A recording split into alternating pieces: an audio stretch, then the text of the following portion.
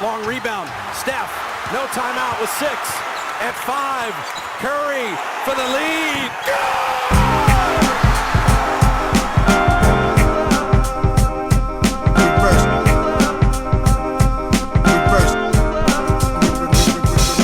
The game's a game. The game's a game. The game's a game. The game's a game. Always.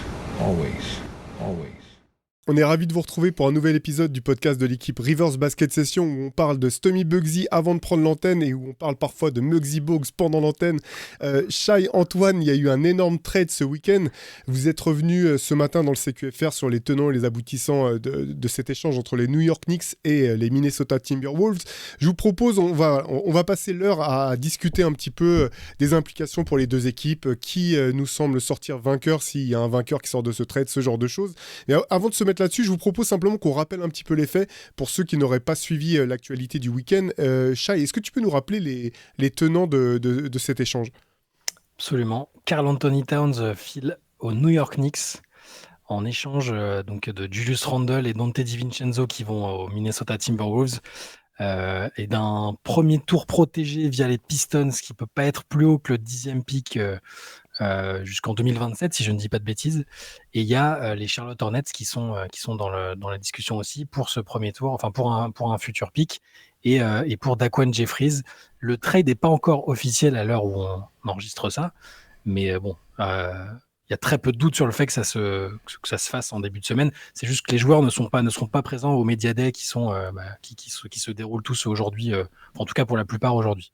Les Knicks pourraient perdre d'autres joueurs et d'autres picks. C'est ça qu'il faut noter, notamment d'ici la fin, le moment où il sera validé, c'est que New York pourrait inclure d'autres picks pour que Charlotte fasse le trade et qu'il y ait un vrai équilibre des salaires échangés entre Minnesota et New York.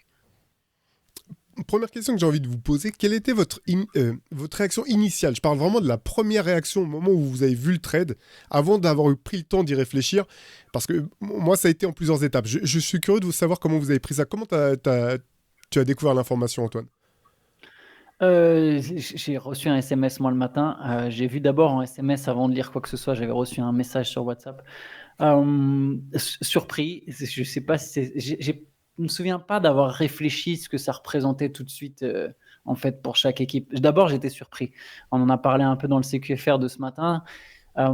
C'est pas surprenant avec le recul après de voir que telle personne, tel joueur a été échangé, mais sur le coup, un trade comme ça à ce stade de la saison, à ce timing de la saison, un trade aussi important, voilà, c'était surtout ça.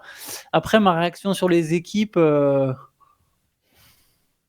ma première réaction, je me suis quand même dit que New York était en mode talent, quoi, mais je sais pas si j'arrive pas à différencier ma réaction avec du recul, d'analyse de ma toute première réaction. Qu'est-ce qui m'a vraiment traversé l'esprit ? Et toi, Shai ? Moi, je me suis dit que ce timing était extrêmement curieux, que c'était deux équipes qui sortaient de leur meilleure saison depuis très longtemps, enfin depuis pas mal de temps en tout cas, et que faire quelque chose d'aussi radical avec ce timing-là, à ce moment de la pré-saison, ça m'a semblé très curieux quand même. Sur le coup, j'ai pas trop compris. C'est un risque pour les Knicks, un risque qui peut être payant, hein, je dis pas que ça peut ne pas marcher. Et comme on le disait ce matin avec Antoine, ce qui est fou, c'est que je me suis dit, en soi, c'est pas des informations surprenantes parce que on le sait depuis quelques temps que Kat, ça peut être le joueur tradé parce que son salaire est gigantesque, parce que on a émis des doutes sur la complémentarité entre les deux grands des Wolves, Rudy et Kat. Et de l'autre côté, Randle, on savait que ça pouvait être un atout pour les Knicks dans le cadre d'un trade pour se renforcer. Et du coup, malgré ces certitudes-là, ces possibilités-là qu'on avait bien en tête, le timing, voilà, ça m'a surpris. Je m'attendais pas du tout à ce que ça vienne là, à tel point que je me suis dit bon, allez, Woj l'a pas encore confirmé. On va pas y croire. Et en fait, Woj n'étant plus là et Shams Charania étant seul dans le game, on a vite compris que c'était fait. Ça a été progressif quand même. Sont en train de finaliser un trade. Donc oui, il peut toujours se passer des choses, mais bon, non, mais si, évidemment, la surprise pour le timing à 48 heures du début du training camp, c'est très surprenant. Et comme je le disais Antoine ce matin, 3 jours avant, je crois, on avait vu Julius Randle avec le GM et avec Tom Thibodeau un event caritatif où il se faisait remercier d'avoir investi financièrement pour la cause des jeunes dans la communauté et tout. Et c'était merci d'être un aussi bon joueur dans la communauté. Enfin, un truc qui te laisse penser qu'ils sont contents de le voir revenir de blessure, qu'il n'y a pas de souci, que ça va pas se faire. Et pareil pour Kat, il y avait des images de lui où ils ont été, tout le monde, je pense, a été pris de court, les gens comme nous et les joueurs concernés. Et je me suis dit, donc ma vraie première question, c'était donc pourquoi maintenant? Et est-ce que les nouvelles autour de Mitchell Robinson ont précipité quelque chose? Voilà, moi, ce que je me suis dit dans un premier temps. Ouais, bah, comme vous, j'ai été hyper surpris. Je m'attendais pas du tout à une nouvelle comme celle-là. Mon premier réflexe, et c'est là que souvent c'est le premier réflexe, c'est le truc du cœur, tu vois, avant que la raison ne vienne mettre son grain de sel. La première réaction que j'ai eue, c'est je me suis dit, mais j'aime le trade pour aucune des deux équipes, en fait. Ça a été ma première réaction, vraiment qui vient du cœur, quoi, même du ventre. Et en fait, à mesure que les minutes passaient, je disais, c'est toi qui as fait la news sur Basket Session, Shai, dès que l'info est sortie. Plus je trouvais que ça avait du sens pour les deux équipes au bout du compte. Et puis on va pouvoir y venir. Et plus j'ai, je pense, compris un petit peu ce qui s'était joué ou ce que les deux franchises avaient en tête. J'écoutais un podcast assez intéressant de Bill Simmons dans lequel il avait invité Austin Rivers, le fils de Doc Rivers, qui a la particularité d'avoir joué pour Thibodeau et d'avoir joué avec Karl Anthony Towns. Et lui, son hypothèse en termes de timing, il avait l'air de dire que les deux franchises devaient déjà être en pourparlers et qu'il y a peut-être une autre équipe qui a montré le bout de son nez, qui a commencé à se dire intéressée par Karl Anthony Towns, j'imagine, et à mettre un petit peu la pression. Et lui, son hypothèse, c'était ça. C'est pour ça que les Knicks, finalement, ont basculé et ont appuyé sur le bouton rouge dès maintenant. C'était un petit peu ça. Pardon. Son hypothèse qui me semble avoir du sens. Karl Anthony Towns, c'est un des joueurs peut-être dont on parle le plus. Est-ce que c'est vrai ou pas? En tout cas, dont on a beaucoup parlé tous les trois ces dernières années. On a longtemps été tous les trois critiques, je pense, de ses performances, notamment en play-off, de sa personnalité, parfois de son manque de charisme et de leadership. On a souligné aussi, je pense, tous les trois, quand même, que l'an dernier en play-off, pour le coup, il s'était montré à la hauteur. Je trouve que les Wolves sont sortis des play-offs. Mon image un petit peu de Karl Anthony Towns a évolué durant les derniers playoffs. Et ce qui est dur en fait avec les joueurs comme ça, c'est que parfois ils ont des failles ou des faiblesses ou des limites qui sont tellement criantes qu'on en oublie à quel point c'est des joueurs rares. Et voilà, même si c'est dur de ne pas penser à sa phrase quand il annonçait être le meilleur shooting big man de tous les temps, ça reste un talent offensif extrêmement rare dans une ligue pour qui c'est la denrée la plus recherchée finalement, des talents offensifs rares qui sont difficilement de ce niveau en fait, avec une telle polyvalence offensive et voilà, au bout du compte, je pense que c'est un trade vraiment intéressant. Ce que ça veut dire en tout cas pour New York, c'est qu'ils pensent avoir l'équipe pour être champion tout simplement, et qu'ils se sont dit on n'a plus de temps à perdre, on veut être champion et c'est maintenant. Moi, je me demande aussi si ça veut pas dire. Alors, je suis d'accord avec toi, mais que c'était pas aussi un petit peu. On n'avait pas tout à fait l'équipe pour être champion avant ce trade. Tu vois, c'est pas au point. Je pense que pour Minnesota, par exemple, du côté des Timberwolves, c'est un vrai désaveu de l'équipe au final Enfin, c'est un désaveu de l'équipe qui a joué. C'est un move on parlera de Minnesota bien sûr après, mais je pense que c'est un move qui est très largement économique et que cette logique économique, elle est liée à un désaveu en fait, cette équipe, elle ne gagnera pas le titre. Pour New York, je dirais pas jusque-là, mais c'est quand même une preuve que, ok, on n'est pas tout à fait sûr de ce qu'on a, et notamment on n'est pas tout à fait sûr de ce que ça va donner Randle à son retour, de ce que ça va donner Randle dans cette équipe, parce que finalement on a réuni les quatre Villanova, Guy ensemble, mais on va jamais les faire jouer ensemble. On n'est pas tout à fait sûr que Donte DiVincenzo il va accepter son rôle. Apparemment ça aurait été un gros motif du côté de DiVincenzo, on ne sait pas à quel point c'est vrai, mais c'est quand même sorti directement dans la presse via Chris Haynes, qui est quand même assez proche des joueurs. Donc il y a quand même une forme un petit peu du côté des Knicks de se dire est-ce que vraiment on peut gagner avec ça? Et par contre, je te rejoins, je pense que derrière, c'est de se dire attends, on est vraiment tout proche, qu'est-ce qu'on fait? Et il y a ce move, ok, c'est un all-in. Pour moi, là, les Knicks font un all-in. Moi, tu vois, tu as parlé de ton impression de j'aime pas trop le trade pour les deux. Moi, je suis là. Honnêtement, j'aime pas trop le trade pour les deux. Je comprends ce que chacun veut faire dans ce trade. Je suis pas fan non plus. Je suis ni pour les Timberwolves ni pour les Knicks. Mais par contre, je comprends le potentiel. Je comprends le potentiel pour les deux et je le comprends évidemment encore plus pour New York. Là, les Knicks, sur le papier, en termes de potentiel, on est sur une équipe qui, effectivement, si on prenait juste le talent, a normalement de quoi aller au bout, je pense. En tout cas, plus qu'avec Randle. Moi, il y a autre chose qui m'a étonné quand même, pour rebondir sur ce que tu as dit, c'est que les Knicks, ça fait plusieurs années qu'on se dit, tiens, est-ce qu'ils attendent pas le gros move et tout ça, ils gardent des munitions pour Joel Embiid, par exemple, pour la première vraie superstar qui sera libre.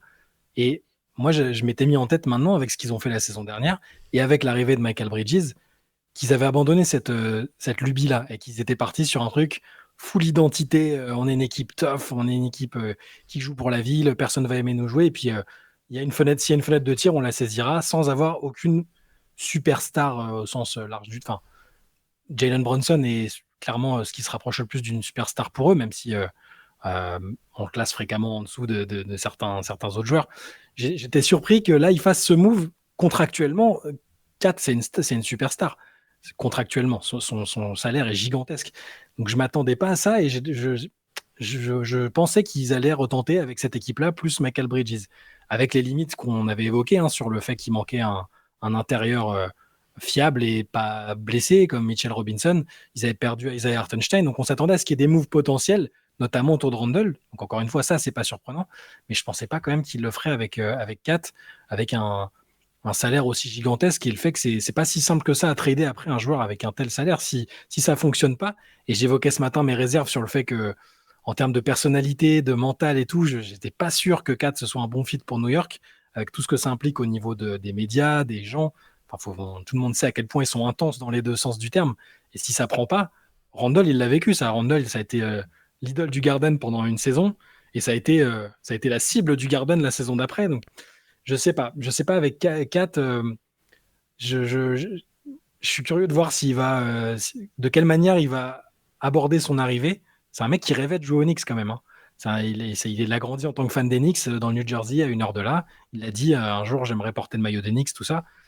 Je ne sais pas s'il va arriver en mode je suis le sauveur, en mode je vais m'intégrer discrètement à un collectif qui fonctionne déjà très bien et amener ce que je sais faire, ce qui serait l'idéal, ou s'il va repartir sur des phrases un peu lunaires et qui nous font marrer.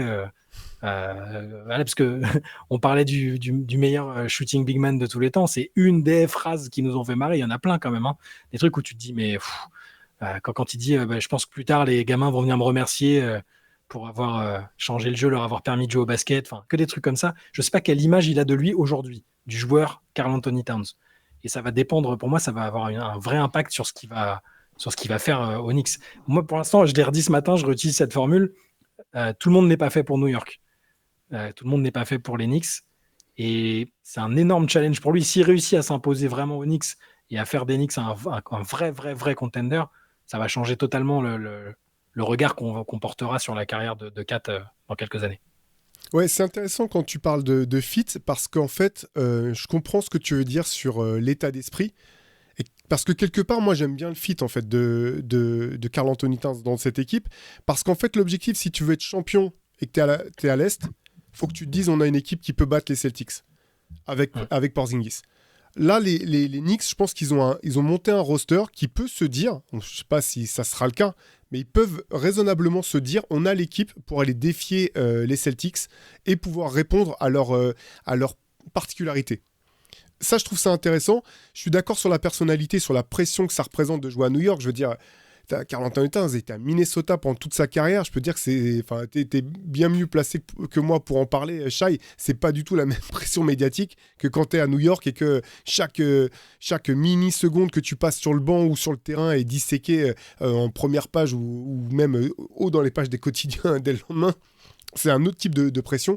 Par contre, d'un point de vue basket, quand je regarde ce que New York a perdu et ce que New York a gagné, en termes de talent pur, je pense que c'est une plus-value pour New York, en fait, parce que pour moi, Karl Anthony Towns était un bien meilleur joueur que Julius Randle.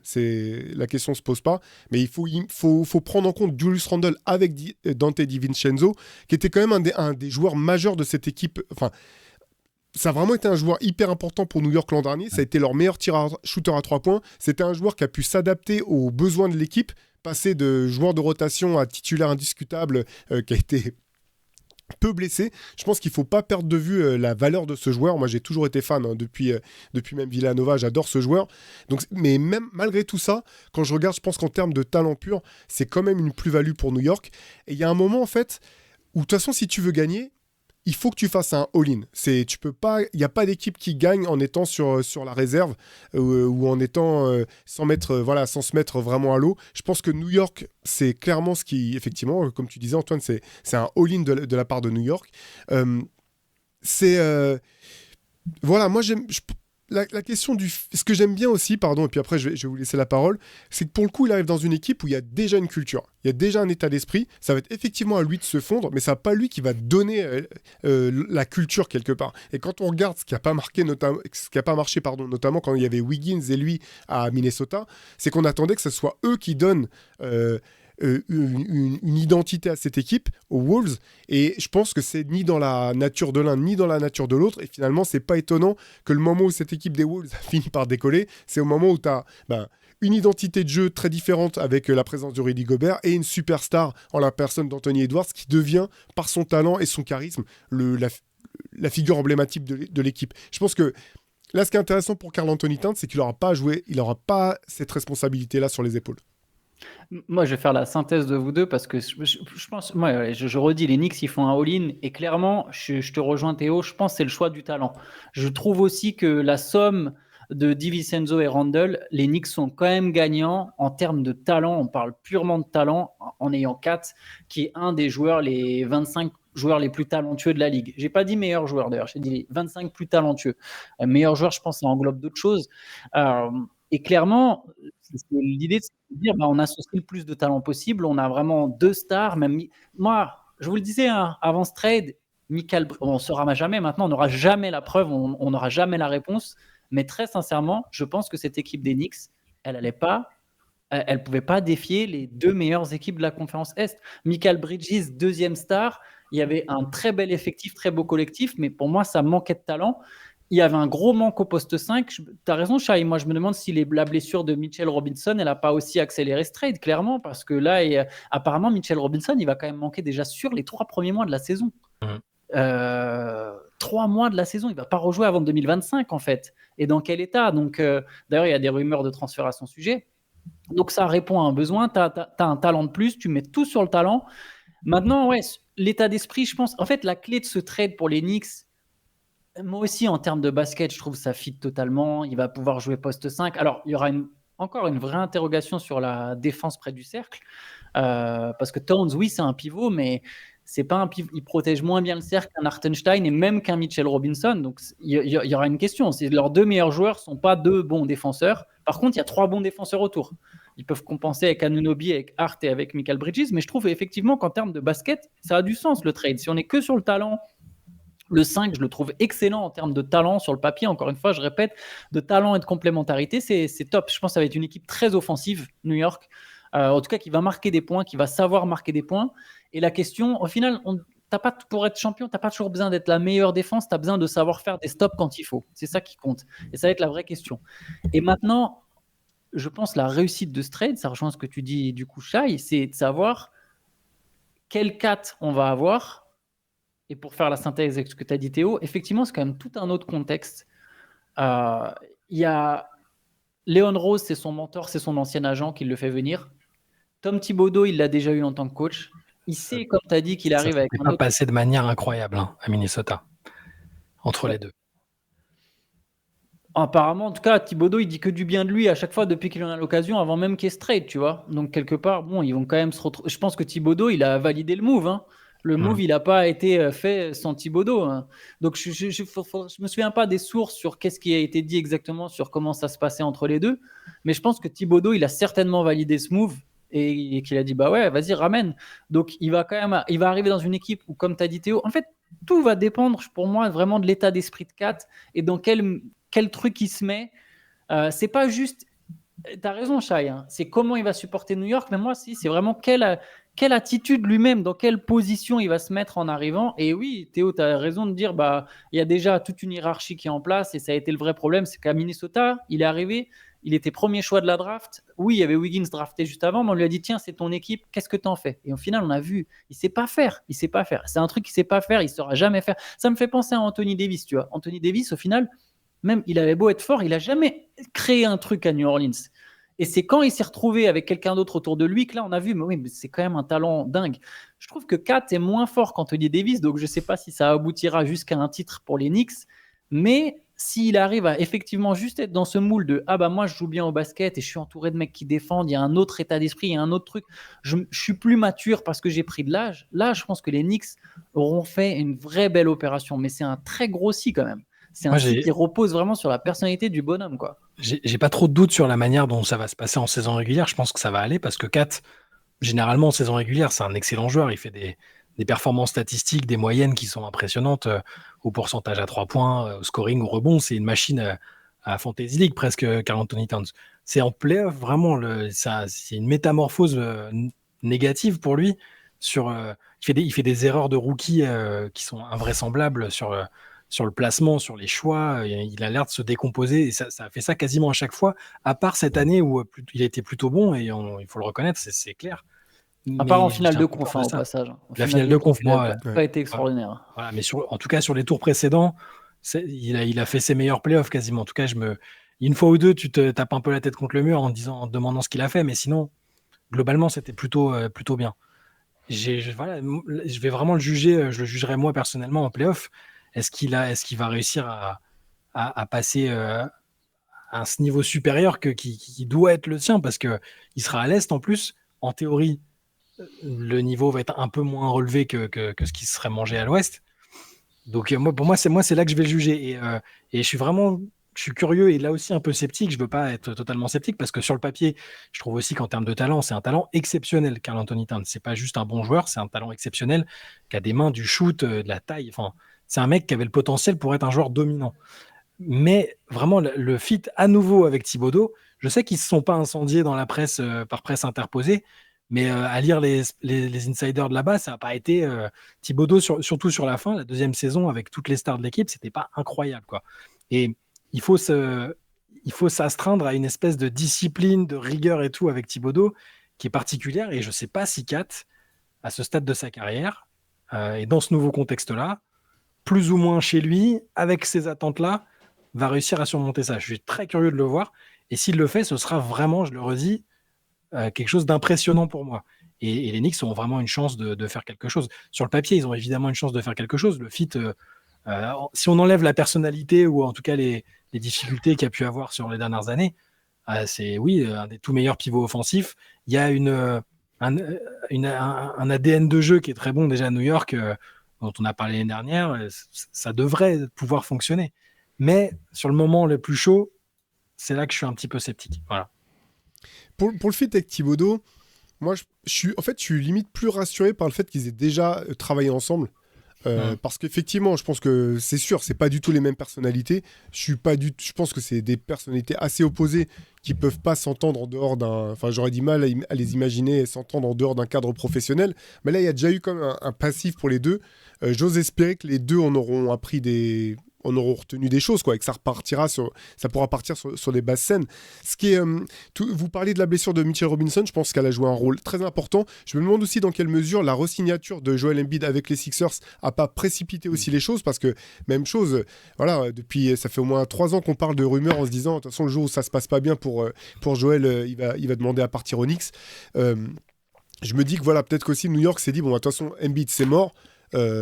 Qu'est-ce qu'on peut avoir de mieux, ou qu'est-ce qu'on peut avoir, pas de mieux qu'Embiid, mais qu'est-ce qu'on peut espérer trouver comme renforcement. Et là, je suis pas si étonné que ça que Karl Anthony Towns arrive en haut de la liste. L'autre élément, c'est que finalement, je me dis aussi, c'est limite plus facile de prendre Karl Anthony Towns quand tu as déjà signé Mikal Bridges, parce qu'en fait, juste en Towns Onyx sans Bridges, je vous aurais dit non, je vois pas comment ça peut marcher. On sait que ça peut pas être, enfin que si c'est ta seule deuxième option, je parle pas en termes de volume de tir, je parle en termes de leadership dans le jeu en fait. Pour moi, ça peut pas marcher. Là, d'avoir déjà Mikal Bridges, ou pour le coup, c'est l'anti Karl Anthony Towns. Tu sais qu'il va être dans le plan de jeu à 2000%. Tu sais qu'il va pas faire d'erreur. Tu sais qu'il va jouer son rôle avec la capacité à jouer au-dessus de son niveau global, hein, je parle pas de son niveau, de son potentiel, quand il y aura besoin, et sinon revenir à un rôle plus sobre. Je pense que c'est vraiment un stabilisateur d'équipe, et que en troisième option, pour le coup, encore une fois sur l'impact, c'est vraiment parfait en fait, parce que pour le coup, moi, voilà, c'est un mec, je pense qu'on ne sera pas étonné si un soir on se lève le matin et qu'on voit qu'il a fait un match à 43 points en saison régulière parce qu'il y avait des absents et que toutes les options étaient pour lui, et le reste du temps, s'il est avec des matchs à 18 points, je serais pas étonné du tout, quoi. Et si je suis New York, je me dis bon bah voilà, on a déjà quand même une base qui est solide. On rajoute Karl Anthony Towns, ça va être ça hausse notre plafond, sachant qu'effectivement, autour de Julius Randle, il y avait quand même pas mal de questions, quoi. Est-ce qu'il allait accepter de revenir et de se fondre, lui, dans un nouveau collectif et de prendre une place il aurait une place importante, bien entendu, mais pas celle, en tout cas, de go-to guy, de franchise player, de visage de l'équipe, on savait pas. C'est un joueur qui a du talent, mais finalement, qui a aussi besoin, quand il a la balle, c'est un peu un ball stopper, quoi. Quand il travaille, au bout du compte, Karl Anthony Towns a un jeu beaucoup plus direct que Julius Randle, en fait. Soit il shoot, soit il pénètre. Les passes, c'est problématique, mais sur le reste, au moins, t'es dans une espèce de flow. Alors que Julius Randle, tu peux avoir fait tout le début de ton action, puis à un moment, il va devoir faire 2 jab steps, un premier dribble pour essayer de feinter la défense. Voilà, je dis pas que c'est pas une critique contre Julius Randle, mais ça fait partie de son jeu, quoi.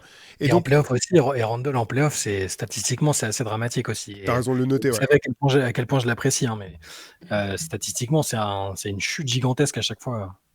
Carrément, Vas-y. Non, vas-y. Théo. Non, j'allais dire, je vais finir là-dessus. Parce qu'après, on pourra parler effectivement de... Excusez-moi, j'ai une fin de tout là qui me fatigue. On pourra parler de... Parce que c'est un peu la même chose pour les Wolves. Ce qui est marrant, c'est que je trouve que l'arrivée de Karl Anthony Towns, finalement, simplifie la manière de jouer pour New York. Ils vont pas avoir un style de jeu révolutionnaire ou hyper innovant, mais en fait les choses vont être plus simples, quoi. J'ai l'impression que ça simplifie, en tout cas en attaque, le jeu de New York. Tu vois très bien, il va y avoir du jeu à deux avec Bronson. Ils vont pouvoir mettre Karl Anthony Towns à l'opposé parfois pour donner du spacing s'il y a besoin. Tu vois le plan de jeu clé en main. C'est une équipe qui est prête à fonctionner. Je pense qu'il n'y a pas besoin non plus de passer des mois et des mois ensemble pour que ça puisse marcher sur le terrain. Ouais, j'allais te dire, Randle, en fait, c'est très dur de construire un système autour de lui. Je sais ce que tu vas dire. Je trouve aussi que Randle à Minnesota, ça simplifie les lignes, mais pas le jeu, par contre. Je pense vraiment pas que ça simplifie le jeu. Je pense que ça va poser des problèmes aux Timberwolves, mais par contre, c'est plus clair sur qui est poste 4, qui est poste 5. Et je trouve que, effectivement, juste son départ, en fait, avant même qu'on ait cette option 4, je me souviens, des fois, on parlait des Knicks et on se demandait, est-ce que ce serait pas mieux d'avoir juste 2 role-players contre Randle, tu vois, on n'était même pas sur 4. On était juste sur se dire, bah ouais, non, mais un poste Anunoby au poste 4, c'est plus intéressant. Et là, en fait, ils répondent à cette problématique. Pour moi, parce que tu as parlé Bridges, je trouve ça mieux. Moi, je trouve ça très, très bien en troisième option, Bridges. J'ai mes limites sur deuxième option. Mais troisième option, je trouve ça top. Mais Anunoby, pareil, en fait, ça hausse tout l'effectif. Anunoby, troisième option, je trouve ça un peu limite. Mais Anunoby, quatrième option de l'équipe, je me dis, ah ouais, mais en fait, lui, il va jamais avoir quelqu'un qui défend sur lui. Il sera toujours tout seul dans les corners. C'est pas un mauvais shooter, c'est un mec qui coupe. Tu vois, c'est parfait pour les Knicks. Anunoby, on va même pas s'en souvenir. On va même pas le citer parmi les 3 meilleurs joueurs de l'équipe, mais c'est un mec qui met 15 points les yeux fermés, tu vois. Et ça, je trouve ça très, très bien. Anunoby poste 4, je trouve ça beaucoup plus clair. En fait, sur le 5 majeur des Knicks, en termes de talent offensif, de jeu, tout ça, je trouve ça cool. Maintenant, pour passer un cap, on sait toujours que tu as besoin pour vraiment viser le titre, parce qu'on parle de all-in. On parle de all-in. Mais si tu veux vraiment viser le titre, ça part de tes meilleurs joueurs. Et la question, c'est est-ce que Kat et Bronson, ça va être vraiment des mecs qui sont locomotives jusqu'à te tirer tout en haut. Et il y a un autre, et ça, moi, j'ai un bémol là-dessus, et je trouve que pour Kat, il est plus lié à la personnalité. Ça rejoint ce qu'a dit Shai tout à l'heure. C'est je sais pas si Kat, en playoff, il arrivera à être un des 10 meilleurs joueurs du monde. Tu vois, à un moment, tes mecs, il faut qu'ils te tirent vers le haut. Tu gagnes des séries. C'est pas Josh Hart, que j'adore, mais c'est pas lui qui te fait gagner des séries quand tu arrives à un certain stade de la compétition. Tu vois, il peut t'aider. Il y a des cas, bien sûr, qu'on a des contre-exemples, mais dans la plupart du temps, tes 2-3 meilleurs joueurs, c'est eux qui te tirent vers le haut. C'est eux qui font le gros des différences pour qu'ensuite les role-players, l'alchimie, le coach, etc., que tout le reste fasse des différences. Il faut déjà que les mecs qui représentent 60 à 70% de la charge de travail, et c'est tes meilleurs joueurs. Donc déjà, moi, j'ai ces questions-là sur Kat et sur Brunson. Je ne suis pas sûr qu'aujourd'hui, les Knicks, je vois qu'ils sont 3e au niveau des codes des bookmakers. Je suis désolé, je ne les mets pas 3e. Je les mets encore un peu plus loin, malgré ce trade que j'apprécie, sur lequel je trouve qu'il y a un pari sur le talent. Il y a ça, et il y a l'autre chose, c'est la profondeur de banc. Elle n'existe plus à New York. Là, on est sur une équipe, en plus une équipe de Thibodeau, qui n'a absolument pas de profondeur de banc. Leur meilleur remplaçant, c'est Miles McBride. C'est le pari de se dire que Miles McBride, il va devoir... Je crois que c'est ça son prénom, j'ai un doute même carrément. C'est ça. C'est ça. C'est Miles McBride. Deuce, quoi. Alors, en gros, lui, c'est leur meilleur remplaçant. Ça devient compliqué pour une équipe qui vise le titre, quand même. Après, je suis curieux de voir, parce qu'il y a Precious Achiuwa aussi, quand même, qui va sortir du banc, qui est un joueur mauvais, oui. Correct, ok. Et alors, c'est vrai qu'on nous avait reproché même de ne pas en parler la dernière fois qu'on a parlé des Knicks. Il y a Jericho Sims, qui est intéressant, en fait, mais par contre, j'ai aucune idée du niveau qui peut être le sien, en fait. Je suis incapable de vous dire à ce jour-là, est-ce que le joueur qu'on a vu, c'est le joueur qui sera, ou est-ce qu'il y a vraiment une capacité à pouvoir devenir un remplaçant en termes de jouer la défense et protection de cercle et sécuriser le rebond que tu peux faire jouer en play-off dans une série à la Muerte? Ça, j'ai aucune réponse. C'est surtout ça, c'est pour les playoffs, parce qu'en saison régulière, il peut tout à fait, c'est un énorme potentiel athlétique, ça, il n'y a pas de problème, je pense, mais on en revient toujours aux playoffs parce que c'est ce pourquoi les équipes jouent en définitive. Moi aussi, je trouve que la profondeur est pas folle, mais quelque part, ils ont peut-être encore un trade en tête pour améliorer l'effectif, je pense. Je sais pas. Après, on connaît les rotations de Thibodeau et le fait qu'il aime pas spécialement avoir des rotations très larges, encore plus en playoff. Donc, ça, je sais pas. Il y a Landry Shamet aussi, pardon, j'ai oublié. Ah oui, Shamet, j'ai vu qu'ils en parlaient pour reprendre un peu le rôle de DiVincenzo Moi, j'aime bien ce joueur. Je suis étonné qu'il ait fait autant d'équipes. Ouais. Et DiVincenzo, je trouve que c'était quand même supérieur. Et même le meilleur qu'on a vu de Shamet, ça ne me paraît pas aussi fiable que l'était DiVincenzo, qui, sans les blessures, à mon avis, il aurait même été remarqué plus tôt que ça. Je pense en NBA, il a eu quelques petits trous d'air parce qu'il a eu des blessures, mais sinon, l'année dernière, il les sauve un paquet de fois. Il fait une série de matchs à un moment, sur la fin de saison notamment. C'était vraiment. C'est le deuxième meilleur joueur des Knicks sur la fin de saison, en fait.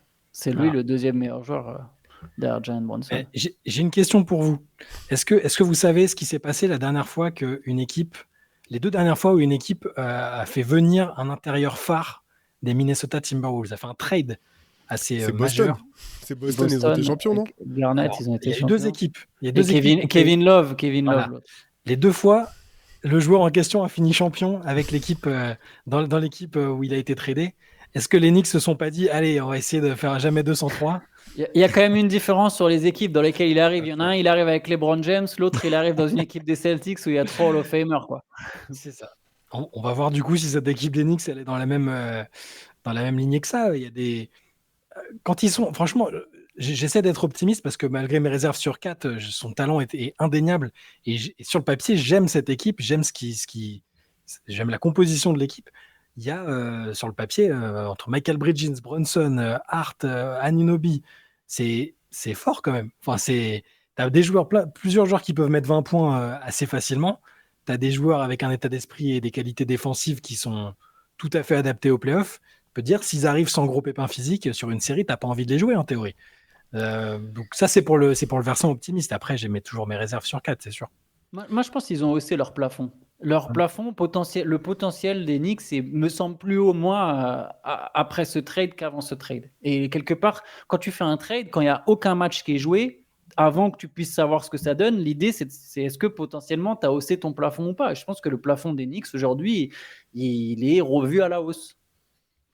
Ce qui est fou, c'est que dans cette équation, notamment pour 4, il y a un élément qui va peut-être être déterminant, en fait, et c'est le Madison Square Garden. Parce que si Karl Anthony Towns commence bien l'année et que d'une manière ou d'une autre, il arrive à devenir un peu le chouchou du Garden, j'ai l'impression que c'est vraiment le type de joueur qui peut quelque part être transcendé par une ambiance de folie. Le problème, c'est que tu sais, s'il commence la saison sur les 10 premiers matchs en étant nul à chier, tu sais qu'il va y avoir ces moments de silence, ces huées ou ces sifflements, et pour le coup, ça peut t'enterrer un joueur, quoi. Donc je sais pas du tout, j'ai pas été regarder du côté des forums des Knicks, des fans des Knicks, et tu vois, sur la Knicksosphère, un petit peu, voir ce qui se disait de l'avenue de Karl Anthony Towns, mais aussi fou que ça puisse paraître, je pense que ça peut vraiment être un facteur de performance pour Mais Kat. Mais il est dur au mal, entre guillemets. Tout ce qui lui est arrivé sur le plan perso autour du Covid et tout, c'est horrible. Enfin, il a réussi, il a surmonté, il a repris sa carrière en main, il n'y a pas de problème. Mais moi, c'est plus, encore une fois, sur la perception qu'il a de lui et du joueur qu'il est. Et c'est ça qui peut le mettre en difficulté, particulièrement au Knicks. Moi, j'ai peur qu'après 3 bons matchs, ils se disent, de toute façon, je savais, j'avais entrevu que je serais une idole du Garden, j'en sais rien. Enfin, j'imagine tous les trucs possibles qui font qu'une perception erronée et de son statut dans l'équipe par rapport à des mecs qui ont déjà charbonné avec ce maillot-là avant, ça peut poser problème. Mais là, je fais de la spéculation. Hein, mais bon, on a quand même vu 10 années de Karl Anthony Towns, donc on sait à peu près comment il réagit dans certaines situations. L'année dernière, je trouve que son rôle, il a bien appréhendé son rôle. Hein. Il a accepté le changement de hiérarchie, l'accent mis sur Anthony Edwards. Ça l'empêchait pas de faire de sortir des dingueries, mais sur la hiérarchie dans le jeu, il a réussi à le faire. Alors peut-être que là, il y arrivera aussi. Hein. Il a même fait... Vas-y, Antoine. Non, j'allais dire, c'est intéressant, par contre, qui est investir plus solide quand même. Il arrive avec des mecs autour de lui, plus à même de le cadrer que ce n'a jamais été le cas à Minnesota, à part quand il y a eu Mike Conley et tu vois, et Rudy Gobert qui sont arrivés, mais c'était au final très court, quoi. Il a quasiment pas joué la première saison. Il n'y a eu qu'une vraie saison. Là, je pense qu'il y a des mecs, tu vois, les Hart, les Bronson, il y a une atmosphère, il y a déjà une vibe. Ça rejoint ce que disait Théo sur la culture, quoi. Il y a déjà une vibe du côté des Knicks. Ouais, ce qui est un petit peu déstabilisant avec Karl Anthony Towns, c'est parce que l'an dernier, il a vraiment fait des efforts. J'ai trouvé effectivement dans l'acceptation de son rôle, dans la compréhension de son rôle, défensivement même, je l'ai vu faire des efforts. À la passe, alors que moi j'avais fait une croix, je pense que ça reste quand même sur ces 20 dernières années parmi les superstars ou les gens qui ont eu des salaires de superstars, l'un des plus mauvais passeurs qu'on ait vu. On l'a vu faire des progrès. Et ce qui est quand même, ce qui était fou en playoff, c'est quand même le côté, tu fais tous ces efforts-là et tu arrives à faire des fautes stupides, à balancer la balle dans les tribunes à un moment important. Il y a un moment, en fait, c'est dur de dire, il a passé le cap, en fait.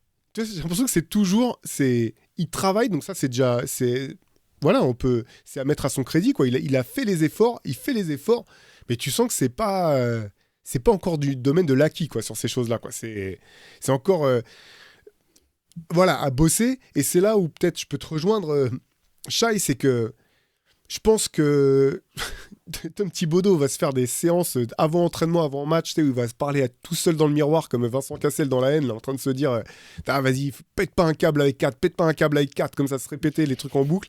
Mais il y a un moment où Kat va prendre une faute débile en début de 4e quart-temps, il va prendre sa 5e faute en essayant de sortir sur un joueur qui est à 12 mètres du panier. Et là, effectivement, que ça soit avec Tom Thibodeau ou même dans le vestiaire, je pense que c'est un vestiaire qui a l'air de se dire les choses clairement. Je suis curieux de voir effectivement sur le côté psychologie comment il va encaisser ça en fait, être avec des... Peut-être que ça va lui convenir en fait. C'est ce qu'il a besoin. Je suis d'accord Antoine, peut-être qu'il a besoin de ça, quoi. Et d'être encensé pour ce qu'il fait de bien et responsabilisé sur le reste et qu'on lui dit non mais là t'as déconné et peut-être que c'est effectivement de ça dont il a besoin et peut-être qu'il a un moment de sa vie et de sa carrière où il est capable d'entendre ça aussi. Il a 28 ans. Hein. Moi, je suis assez optimiste un peu sur ce que ça peut donner. J'ai des limites sur jusqu'où, mais je me dis, putain, il a 28 ans, il a réussi à accepter un rôle de lieutenant. C'était pas aisé. C'est quand même un mec, il y a 2 ans, je crois qu'il a reconnu, j'ai compris qu'il fallait pas que je joue pour mes stats, quoi. Tu sais, parmi les stats, celle-là, elle est passée un peu à côté dans les phrases dingues qu'il a lâchées, mais c'est quand même un mec qui a quand même dit noir sur blanc, à un moment, je comprends en fait maintenant qu'il faut pas jouer pour les stats. Pour lui, être bon, c'était faire des stats, tu vois, il y a des trucs. Et moi, je pense qu'il a besoin de ça. Je pense qu'il a sérieusement besoin de mecs qui lui disent, non, mais ça, mec, tu peux pas, en fait. Ça, c'est mort, tu vois. Et que lui, il capte. Et c'est vrai, s'il est un peu chouchou du Garden et qu'il y a quelqu'un qui le tient responsable, tu as une vraie machine. C'est un mec de 2,13 m, il est puissant, il shoot bien, t'as du talent. Hein. Ouais, ça va vraiment être intéressant à suivre. Je sais pas si est-ce que vous voulez, vous aviez quelque chose à ajouter sur l'aspect Knicks ou est-ce qu'on bascule du côté des Wolves? Juste sur l'aspect Ouais, financier, les Knicks se mettent dans une situation, donc Shai, il a dit, c'est un très gros contrat, il va toucher 53, 57, 60 millions. On est dans une ligue où, avec les nouvelles règles, c'est très très compliqué. C'est pour ça que le trade n'est pas validé. Une fois que ce trade, on faudra voir les transferts exacts, mais il y a des chances que les Knicks se retrouvent avec très très peu de places disponibles pour recruter par la suite. Ça pourrait être genre 12 millions pour 5 joueurs ou un truc comme ça. Je me souviens plus la somme exacte. Et si tu es 3 années de suite dans la catégorie du deuxième apron, tes tours de draft, tu perds des. Donc, en gros, là, maintenant, le pari, c'est de se dire qu'un peu toutes les équipes qui veulent jouer le titre, elles vont viser des fenêtres de 2 ans avant de ouais. transférer l'un de leurs gros contrats, parce qu'au bout de la 3e année dans le deuxième apron, tes tours de draft, ça se retrouve automatiquement en fin de tour. Bref, puis c'est très très lourd en taxes. Ça rejoint sans doute ce que Minnesota cherche à esquiver, ça fera la transition. Et du coup, oui, pour les Knicks, c'est le pari, c'est un all-in, mais il faut que ça marche vite, quoi. Parce que si au bout de 2 années, tu es encore dans le deuxième apron, tu n'as pas réussi à esquiver ce deuxième apron et tu n'as toujours pas gagné, il y aura peut-être un autre trade, un nouveau trade, mais cette fois-ci, un joueur majeur des Knicks qui partirait, quoi. Ouais, c'est très bien que tu abordes l'aspect financier parce que je pense que, comme tu l'as souligné tout à l'heure, Antoine, qu'il était aussi au cœur du trade de Karl Anthony Towns du côté des Wolves. On sait que c'est toujours un petit peu le bazar. On ne sait pas qui va racheter la franchise. C'est toujours un petit peu en suspens. On sait qu'effectivement, avec le contrat énorme de Karl Anthony Towns, ça rendait peut-être l'équipe plus difficile à finaliser l'achat de la franchise. On sait aussi que voilà, finalement, ils ont trouvé un moyen de fonctionner. Ils sont allés jusqu'en finale de conférence, comme c'est pas anodin. Je veux dire, demander aux Clippers combien de temps ça leur a pris pour atteindre ce stade. Je veux dire, t'es pas champion NBA, mais c'est quand même pas si simple que ça d'arriver à ce stade. Et tu le disais, Antoine, au-delà de l'aspect financier, je pense quand même qu'il y avait effectivement le fait de se dire, on a été jusque-là, mais je pense on n'est pas sûr qu'on pourra aller au-dessus, voire même retourner jusqu'à ce niveau-là. Donc mieux vaut anticiper, récupérer un petit peu de flexibilité dans le jeu et dans la masse salariale et partir dans une autre direction. Je ne sais pas si vous avez vu les choses de cette manière tous les deux. Si, par la force des choses, le move économique, on s'y attendait depuis pas mal de temps, avant même qu'il y ait cette bonne saison de l'année dernière. Là. On savait qu'à un moment, les Wolves seraient sans doute obligés peut-être de le faire. Toutes les intrigues autour du rachat, validé puis invalidé, avec une des parties qui voulait se séparer d'un gros contrat tout de suite, une autre qui voulait peut-être continuer de dépenser. C'était à peu près sûr que ça se passerait comme ça, mais on pensait peut-être que ça se ferait un peu plus tard. Et on n'était pas sûr non plus que ça implique forcément 4. Ça pouvait être Rudy aussi qui a un gros contrat. Il lui reste combien d'années à Rudy Il lui reste 2 ans Il n'est pas free agent. Non, il n'est pas free agent. Non. Voilà. Non, il en a pour un petit moment encore. En fait, il a une option pour la saison prochaine. Donc, il pourrait être free agent, mais vu que l'option est à 46 millions, ça m'étonnerait qu'il la prenne. Donc, jusqu'en 2026, son contrat est en the book, comme disent donc c'est une décision économique, mais personne s'en est caché pour l'instant. C'est aussi, sur le sportif, c'est les pleins pouvoirs, c'était déjà un peu le cas, mais pour Anthony Edwards, qui était déjà la pierre angulaire du projet depuis l'année dernière et même l'année d'avant, on avait senti ça venir. Maintenant, il faut espérer qu'autour, ce soit suffisamment équilibré et performant pour surfer sur la belle saison dernière. Une finale de conférence, on les avait pas sentis, on les imaginait pas aller aussi loin. Maintenant, est-ce qu'ils vont pouvoir le faire moi, ma question sur ce move-là, c'est surtout parce que Randle, je l'aime bien. Randle, il peut apporter des choses, mais je n'arrive pas à me dire que c'est forcément que ça va en rester là, en fait. Je pense que Minnesota doit avoir des ambitions. Anthony Edwards, s'il se voit à Minnesota pendant des années, c'est au sein d'une équipe qui veut viser à chaque fois les finales parce qu'il est passé proche. Donc si tu lui dis juste, non, là, on va reconstruire tranquillement, on va faire des économies et puis on verra après. Je pense qu'il faut rester compétitif et là, en l'état, c'est pas si simple quand même. Moi, je pense qu'il reste. Vas-y. Non, vas-y, Théo, vas-y, que je te laisse commencer. Ouais, j'allais dire, en fait, ce que j'aime bien, si on enlève Julius Randle de l'équation même, c'est que je trouve que ça booste tout de suite le banc de Minnesota, en fait. Et je trouve que l'arrivée de Dante DiVincenzo, je ne veux pas en faire trop sur ce joueur, mais en fait, sa simple présence donne une toute autre dynamique, en fait, au second unit de Minnesota. Et je trouve que ça leur donne plus de marge de manœuvre. Moi, une des choses vraiment que je regrettais, finalement, dans cette équipe, c'était que Mike Conley en soit à ce stade de sa carrière. Parce qu'en fait, je trouve que c'est une équipe qui manquait quand même de création. Et avec un Mike Conley baissant de niveau forcément, je me disais bon ça va pas aller en s'améliorant. Et en fait avec l'arrivée de DiVincenzo, je trouve que ça, comme je viens de le dire, ça vraiment ça donne une autre gueule à leur second unit. Si tu dis que t'as DiVincenzo, Naz Reid et Nickeil Alexander Walker qui sortent du banc, bah Le t'as meilleur quoi banc. hein. C'est peut-être le meilleur banc, peut-être Voilà, le meilleur c'est- banc de la ligue. Voilà, et limite, Rob Dillingham, t'es pas obligé de lui donner tant de minutes que ça s'il est pas prêt. Tu peux attendre de voir ou le faire progresser progressivement. Moi, je trouve ça intéressant. Et finalement, pour en venir à Randle, malgré toutes les critiques que j'ai émises tout à l'heure sur le fait que ce soit un ball stopper, que c'est pas si simple que ça de créer un collectif autour de lui, ce que je trouve intéressant, c'est que je me dis dans le 5, bon, bah, de toute façon, l'axe dominant, c'est l'axe Anthony Edwards, Rudy Gobert. Tu sais que tu peux construire une équipe compétitive avec ça parce qu'on l'a vu à Utah en fait. Tu te dis avec Donovan Mitchell et Rudy Gobert, tu peux créer suffisamment d'avantages si tu t'organises bien pour avoir une équipe qui peut fonctionner en attaque et en défense. Et ce que j'aime bien quelque part, si je veux voir le verre à moitié plein avec Randle, c'est que pour le coup, il te donne une autre option où si ça marche pas, tu peux lui donner la balle et il va jouer en fait. Et quelque part, tu peux te servir de cet atout qu'est le sien de jouer. C'est pas vraiment un joueur de système. C'est un mec qui peut, comme j'ai dit tout à l'heure, qui peut te stopper la balle. Et en fait, je pense qu'il y a une manière peut-être de t'en servir à ton avantage pour dire si c'est bloqué, on lui donne la balle et c'est quand même, ça reste quand il est sur le terrain, un très bon joueur de basket. Pour moi, c'est pas un All-Star à répétition ou une superstar, mais ça reste un très bon joueur de basket à mon sens. Moi, je pense qu'ils restent compétitifs, les Timberwolves. Moi aussi. Après, pas au point de. Le truc, c'est. Je le redis, je pense que c'est un désaveu de cette équipe de dire attends, on s'apprête à payer genre 40 millions de taxes par année pour une équipe qui peut-être retrouvera jamais les finales de conférence. Non, on peut pas se permettre. Quel est le deal? Tu vois, ce deal, je pense qu'on a été énormément surpris par le timing. Mais si on y réfléchit bien, parce que tu dis on pensait qu'il aurait lieu plus tard. Non, on pensait qu'il aurait lieu plus tôt. Ça fait 2 ans en fait qu'on parle de ce deal. Le moment où Rudy Gobert il arrive, on parle déjà d'un transfert de 4 en fait. On se dit ils vont transférer 4.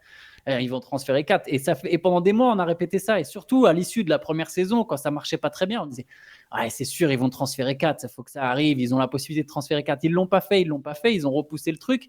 Là, le timing, on est surpris parce que les Wolves ont fait une belle saison. Et ça donnait l'air. Tu vois, eux avaient l'air de dire regardez, on avait raison. Vous faites tous des fucks. En fait, notre tall ball, il marche. Ben non, eux-mêmes, il y a la posture, il y a le discours que tu tiens, et après, il y a la réalité. Et je pense que la réalité, bien sûr, il y a une réalité économique. S'il n'y a pas cette notion économique, je pense qu'ils font pas ce trade et qu'ils réessayent. Mais il y a quand même, quand tu prends en compte toutes les réalités, il y a quand même un mec qui a capté, et c'est Tim Connelly, qui est leur GM, c'est pas le seul, j'imagine, mais c'est lui qui prend aussi les décisions, qui est un excellent GM, qui est celui qui a construit les Nuggets. Il s'est dit, non, mais en fait, soyons juste honnêtes, notre équipe, là, elle peut sans doute pas gagner le titre. C'est pas impossible, mais et vu qu'elle peut pas gagner le titre et qu'on a cette réalité économique, là ils font 40 millions d'économies en taxes sur les années à venir. C'est énorme. Et je pense que l'équipe reste compétitive. Je pense que c'est le meilleur banc de la ligue.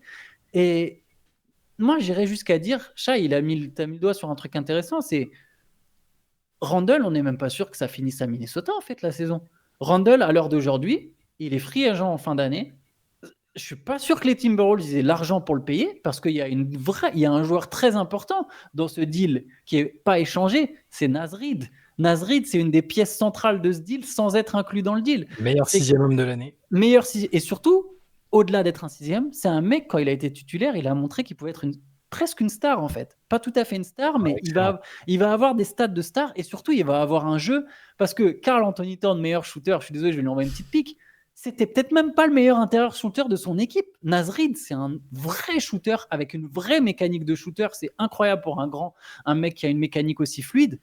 Et lui, quand il est là, il y a plein de moments justement dans la première année où on s'est dit mais en fait Rudy Gobert, Naz Reid au poste 4, Anthony Edwards, c'est très bien, ça amène du vrai spacing. C'est parfait parce que Kat, il y a toujours cette frustration quand il prend trop de 3 points. Tu es aussi tenté de lui dire, tu vois, Naz Reid, tu n'as pas cette frustration en fait. Tu veux pas qu'il joue dessous 4, quoi qu'on en dise, oui, c'est un bon shooter, mais tu as besoin qu'il ait la balle dessous, c'est une bête. Et il est balèze, c'est comme Joel Embiid. Tu n'as pas envie que Joel Embiid il prenne 10 tirs à 3 points par match. À un moment, tu lui dis, non mec, il faut que tu postes aussi, tu vois. Naz Reid, c'est différent. Tu es sur un profil qui est un peu différent, qui apporte des qualités aussi à peu près similaires. Et Naz Reid, pour le coup, lui, il sera peut-être free agent à la suite de la saison. Il a une option sur la saison 2025-2026. Je pense qu'il va évidemment pas la prendre. Elle a 16 millions. Lui, il peut signer un vrai gros contrat. Et les Timberwolves, S'il garde les 4, c'est tu dis adieu à Nasrid et tu dis adieu notamment, sans doute aussi à Nickel Alexander-Walker. Et d'un coup, ton équipe, elle a plus du tout la tronche là pour gagner un titre. Donc moi, je pense que faire de la place à Nasrid, peut-être même qu'il sera titulaire d'ici la fin de la saison. Et là, tu as Nasrid, Rudy Gobert, Anthony Edwards, ça me semble très performant. Et Randle, si tu arrives à le refourguer contre un bon role player, parce que mine de rien, tu as quand même besoin. Là, je trouve qu'effectivement, le banc des Timberwolves, là, tu me dis DiVincenzo, Reed, Nickel Alexander-Walker, je te dis, bah, c'est peut-être un des 3 meilleurs de la ligue, tu vois. Mais à voir, si tu arrives à switch Randle, moi, j'y crois pas, Théo. Honnêtement, Randle, oui, il est fort, ça va apporter des trucs, tu vois, ils vont gagner des matchs en saison régulière, mais avec Randle, tu passes pas un tour à l'ouest. D'une manière ou d'une autre, oui, il va t'apporter des trucs en ISO, tu auras un truc pour de la création, mais j'arrive pas à me dire qu'une équipe avec Randle, avec ce spacing, t'imagines le spacing, t'as McDaniels, Randle, Gobert dans la même équipe, c'est pas possible en fait à 3 points. Je me dis même, tu vois, pendant qu'ils vont être peut te donner du spacing quand même. il a 28% à 3 points. Je sais pas quel est son pourcentage exact, mais McDaniels, il shoot pas, quoi. Je vais regarder quand même, il a peut-être progressé un peu, mais on n'est pas sur. Je vérifie parce que je il suis était pas à du 30, tout il était à 35 sur cette saison. Non, 33. Il était à 33, tu vois. Okay. 33 avec un tout autant petit pour moi, je volume. voyais plus haut. Je voyais plus haut. Non, tu vois, y a pas après, dans les corners, c'est toujours différent. Il peut mettre des shoots dans les corners, mais pour moi, tu as un très mauvais spacing. C'était le problème. Ils n'arrivaient pas à mettre des points l'an dernier, avec un joueur qui était plus fort offensivement qu'en Randle. Excuse-moi, il était presque à 40 la saison d'avant, en fait. Mais c'est toujours. Ouais, mais c'est des tout petits. Tu vois, à chaque fois, c'est des tout petits échantillons. Et si on regarde en playoff, il faudrait que je regarde en playoff. Bah, c'était le même volume. Hein. Le même volume. En playoff. Oui, mais c'est un petit volume. Il est sur un tout petit volume. Après, en playoff contre Denver, mine de rien, il était quand même à 38%, mais j'arrive pas à voir il a pris quoi? Il a pris 21 3 points en 7 matchs. Tu vois, pareil, il était sur 3. C'est pas un mec qui, sur un si petit volume, t'apporte pas un vrai spacing. Tu vois, les équipes vont toujours le laisser shooter. Voilà, je vais le tourner comme ça. McDaniels, même si, quand il met des tirs, effectivement, ça va te tuer. Mais les équipes vont toujours prendre le pari qui ne va pas te tuer. Donc, ça ne va pas améliorer ton spacing, vu que la défense, elle ne va pas s'écarter sur lui. Elle va le laisser ouvert jusqu'à ce qu'il ait un 3 points fiable. Et Randle, ça sera pareil. Pour le coup, il est même moins fort que Karl Anthony Towns à 3 points. Donc, moi, je me dis qu'en fait, quand Randle et Edwards ils vont jouer ensemble, il va devoir séparer leurs minutes au maximum, en fait. Que chacun puisse être première option dans son coin en stagger minutes, mais ça, tu peux pas le faire en playoff. Je suis pas sûr que Randle il termine la saison à Minnesota. On verra, mais je suis vraiment pas sûr qu'il la termine au Timberwolves. Il y a peut-être encore un move dans les. C'est très possible. Un joueur qui répondrait à un autre type de besoin, c'est pas impossible à imaginer, hein, que ce soit au niveau du spacing, du shoot, qui convienne mieux que Randle. Et j'imagine que sur le marché, il y a peut-être aussi de quoi faire, ou même en cours de saison d'ailleurs. Hein, c'est pas inimaginable. Juste pour revenir sur DiVincenzo, parce que j'avais mis une stat de côté pour aller dans le sens de Théo, qui dit que c'est une vraie très grosse recrue pour les Wolves. Il n'y a jamais un joueur dans l'histoire des Timberwolves, même récente, qui a mis plus de paniers à 3 points que Dante DiVincenzo sur une saison. Sur la saison dernière, il en met 283 et le meilleur total à 3 points, c'était Anthony Edwards jusque-là avec 240. Donc DiVincenzo va vraiment apporter, s'il est épargné par les blessures, encore une fois, je touche du bois pour lui, il va apporter vraiment du volume à 3 points et ça leur faisait défaut quand même. Bah c'est clair. Pour le coup, tout ce que tu disais, effectivement, Antoine, ce que je voyais Jaden McDaniels comme étant quand même plus adroit, tu vois, de loin, j'avais pas regardé les stats de près. Tu peux pas le dire de Dante DiVincenzo, c'est le mec que tu peux pas laisser ouvert, quoi. Parce que pour le coup, il shoot hyper rapidement, avec un gros volume, grosse confiance. C'est un mec qui a été MIP du Final Four. Je veux dire, c'est quand même pas des choses qui sont anodines, quoi. C'est un mec qui peut tuer sur un match s'il y a besoin. C'est effectivement une très belle recrue du côté de Minnesota. Pour Randle, j'attends de voir. J'ai vraiment aucune idée de savoir s'il va finir. Je serais pas plus étonné qu'il termine la saison ou qu'il soit échangé. Par contre, s'il termine la saison, c'est qu'ils vont le prolonger. Ils peuvent pas non plus le garder jusqu'à la fin de l'année et le laisser partir. Pour Nasrid, par contre, je pense que tu as tout à fait raison, Antoine. Moi, je pense qu'il va signer une prolongation au cours de saison. Je sais plus combien il y a de fans qui sont allés se faire tatouer Nasrid sur le doigt, là, parce qu'il y avait un tatoueur de Minnesota qui faisait des réducs à un moment, là, $20, je crois, je sais plus quoi. Donc, je pense qu'ils peuvent pas le laisser partir.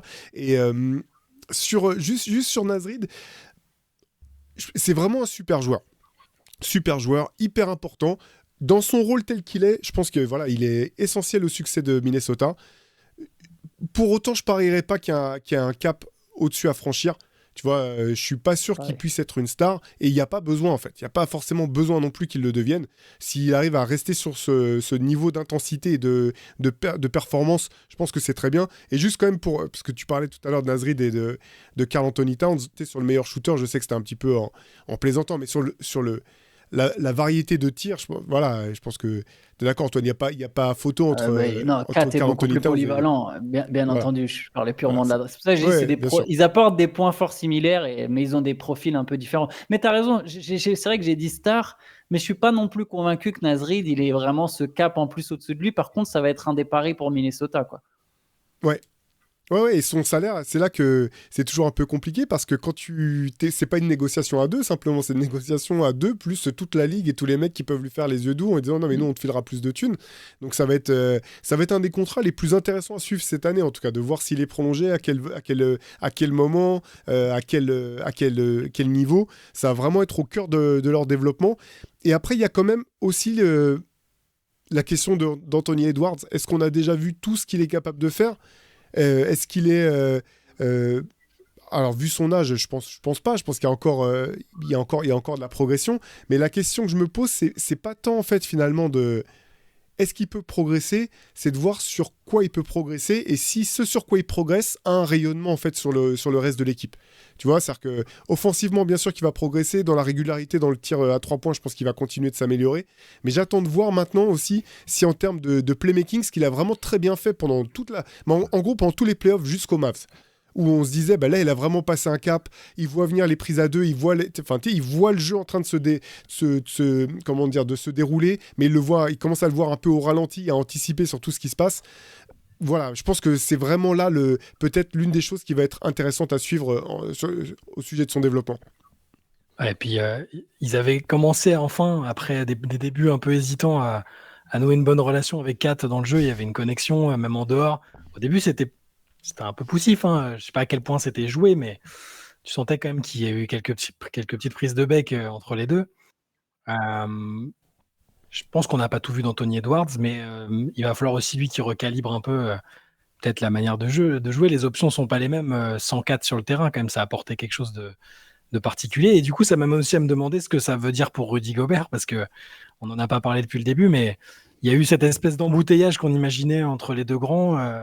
La difficulté pour Anthony Edwards qui disait qu'il n'y avait pas de place pour driver parce qu'il y avait deux grands. Après, finalement, il a réussi à s'en accommoder aussi. Mais est-ce que Rudy va devoir augmenter sa production offensive? Est-ce qu'il va être plus alimenté?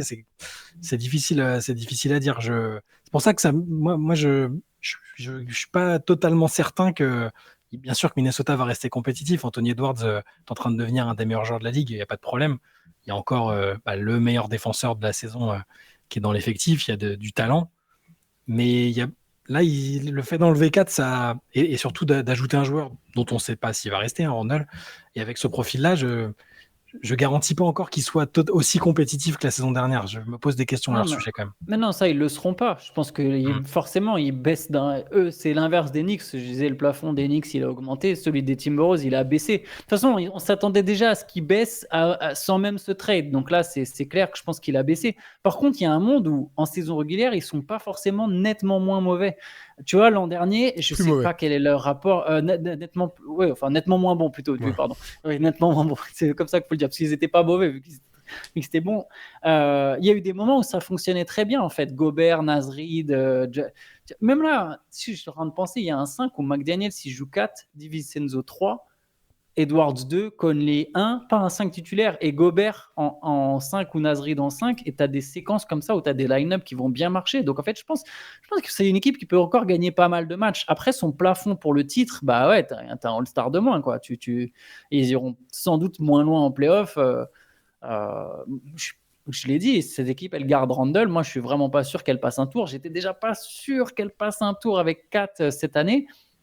Donc oui, le plafond, il a baissé. Et tu as raison, c'est vrai, il ne faut pas que ça dure trop longtemps, cette histoire d'être semi-compétitif. Parce qu'Anthony Edwards, il a signé son contrat, mais on sait qu'aujourd'hui, ça ne veut pas toujours dire grand-chose. Tu peux demander ton trade et obtenir gain de cause. Et entre le merdier au sein des propriétaires qui est pas prêt d'être réglé, ça va sans doute devoir se régler au tribunal, ça va prendre du temps, ça va être long. Le GM, j'en ai parlé tout à l'heure, Tim Collini, il a une clause dans son contrat qui lui permet de se barrer quand il veut. Lui, il a un truc, je ne sais pas si c'est lié justement au bordel qui existe là en ce moment à Minnesota, mais lui, s'il veut, demain, il dit non, je ne suis plus le GM. C'est bon, je me tire. Tu vois, entre tout ça, une équipe qui peut stagner un peu, Rudy Gobert et Mike Conley qui vont évidemment prendre de l'âge, Si McDaniels ne se développe pas comme ils peuvent l'espérer, si Rob Dillingham ne se développe pas comme il peut l'espérer, si par exemple Naz Reid il signe un gros contrat mais qui passe jamais le cap qui va avec son contrat, bah ouais, tu peux vite te retrouver avec un Anthony Edwards qui est dans la situation dans laquelle a été Kevin Garnett ou Kevin Love, parce qu'on a parlé des intérieurs de Minnesota qui se barrent, mais la vraie vérité, c'est surtout à chaque fois que Minnesota a eu une superstar, il y a un moment où cette superstar en a eu marre, quoi. Donc ça peut être un risque pour les Timberwolves, c'est clair. J'ai une question qui est peut-être un peu bateau du coup, mais si vous deviez déterminer, alors je sais que c'est un peu bateau, mais je la pose quand même. Selon vous, qui a gagné ce trade du coup? Est-ce qu'il y a un vainqueur clair de ce trade? Ça, en fait, je sais pas s'il y a des vainqueurs, mais dans ma vision un petit peu pessimiste de ce qui s'est passé, ça peut très bien finir en lose-lose, quoi. C'est-à-dire que les Minnesota l'aurait joué un peu cheap. Alors, c'est des sommes tellement gigantesques que je peux pas accuser les mecs d'être cheap vu ce que ça représente, hein. Et en même temps, si le fit fonctionne pas bien avec Kat et qu'ils se sont mis cette épine dans le pied, ça peut être lose-lose. C'est ça, je le souhaite pas, hein, mais j'ai presque, moi, voilà, dans ma vision, c'est presque le plus plausible. Mais est-ce qui est un gagnant là-dedans? Kat, franchement, je me mets à la place de Kat. C'est sûr, ça doit être, c'est triste de quitter un endroit. C'est le seul endroit que tu as connu dans ta carrière professionnelle, c'est Minneapolis. Il était, c'est un cliché, mais c'est un lieu commun de dire il était bien intégré dans la communauté, tout le monde l'adorait. C'est vrai. C'est pas un mec qui a fait de demande de trade de manière très très médiatisée ou quoi que ce soit, comme d'autres stars dans d'autres franchises. Il est apprécié à Minnesota. Mais de son point de vue, d'un mec du coin qui signe Onyx, une équipe qui joue à l'Est, qui a une trajectoire ascendante, qui fait un gros recrutement, en soi, je pense que sur la situation, et si je me mets à sa place, je préfère New York, quoi. Donc, peut-être gagnant sur le projet. Bah oui, non, mais tu as tout à fait raison. Moi, je pense que les gagnants de ce trade, c'est Karl Anthony Towns et Naz Reid, en fait. Pour les équipes, c'est trop particulier parce qu'il y a trop de dynamique qui rentre en compte. Les Timberwolves peuvent être gagnants de ce trade si, derrière, avec les économies, ils arrivent à trouver un joueur qui fit encore mieux avec Anthony Edwards et qu'on se retrouve avec une équipe qui a fait effectivement 1 ou 2 saisons de transition avant de décoller. Les Knicks, si tu parles que de titres en termes de ils seront gagnants que s'ils gagnent le titre, je pense que les Knicks ne seront pas gagnants de ce trade. Je pense vraiment pas que New York va pouvoir gagner un titre. Mais par contre, je pense que Kat, il se retrouve avec, comme tu l'as dit, à la maison, il a son gros contrat, une fan base qui peut l'aduler s'il est bon, des mecs qui peuvent vraiment l'aider à mûrir, et il a enfin, je pense, l'opportunité de montrer que c'était pas un hasard s'il a été pris en premier choix de draft. C'était plus qu'un premier choix de draft.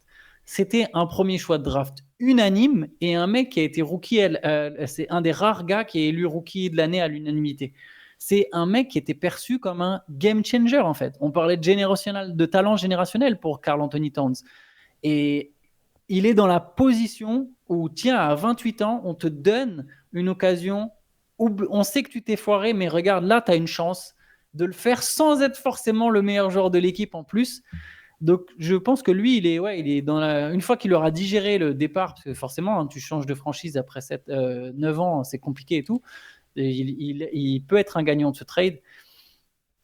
Du coup, New York, si on parle de titre, je pense, je les vois pas gagnants. Je serais un peu comme Shai, je serais un peu en mode, genre, il y a aucune des deux équipes où je me dis, c'est vraiment top ce trade. Tu vois, c'est plus, j'ai l'impression que les deux ont été semi-contraintes de faire ce trade. Mais tu sais pourquoi on pense ça, en fait? Parce que par la force de l'habitude, avec toutes les situations qu'on a vues, les équipes qui essayent de faire des économies, qui la jouent un peu cheap, ça finit pas bien. En général, tu dis, ils avaient l'occasion d'eux, et puis ils ont été un peu radins, donc ça a foiré. Et les équipes qui recrutent des stars, là, il a l'un des contrats les moins attrayants, attractifs de la Ligue 4 quand même. On est d'accord, enfin, c'est gigantesque ce qu'il gagne. Il est au même niveau que d'autres superstars de la Ligue qui portent leur franchise jusqu'en finale ou jusqu'au titre. Ces deux trucs-là, ça fonctionne pas bien, ça finit pas bien en général. Une star surpayée et comment dire, des économies un peu forcées. C'est pour ça, je pense que c'est pas forcément optimiste. Moi, je vais botter aussi semi en touche. En fait, j'ai l'impression que les Knicks, quand même, de mon point de vue, sont les vainqueurs à court terme, en fait.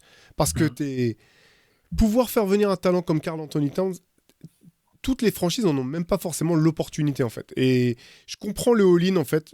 Je le comprends assez bien. Tu te dis, bon, bah voilà. Si tu avais pu faire venir Anthony Davis, ça aurait été mieux. Si tu avais pu faire venir une autre superstar plus forte que si tu avais pu faire Joel Embiid, même, ça aurait été mieux. Je parle en termes de talent, hein, de niveau de jeu. Mais finalement, bon, bah, tu peux prendre Karl Anthony Towns, c'est pas si mal. Donc, moi, je pense que les Knicks se sont au moins mis en position vraiment de pouvoir essayer de gagner le titre. Sur les 30 franchises, il n'y en a pas beaucoup qui peuvent se dire ça saison après saison. Par contre, sur le moyen terme, je pense que Minnesota a plutôt bien joué ses cartes au bout du compte. J'imagine qu'Anthony Edwards était OK avec le principe, parce que c'est reculer pour mieux sauter.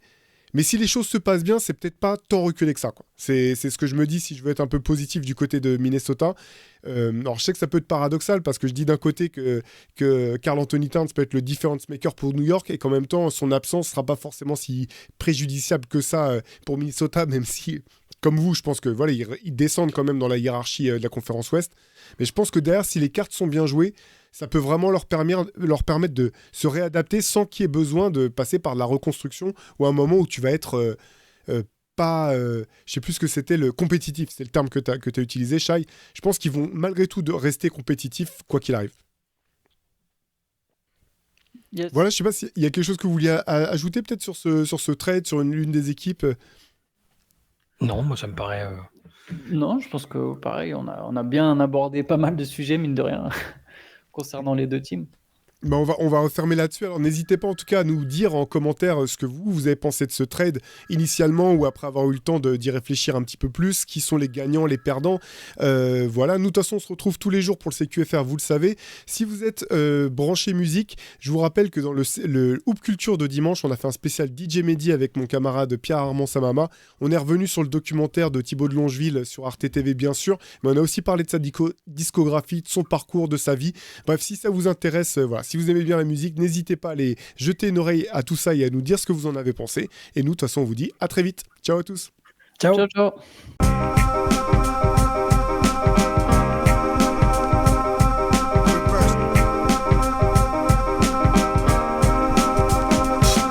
The game is out there, and it's either play or get played.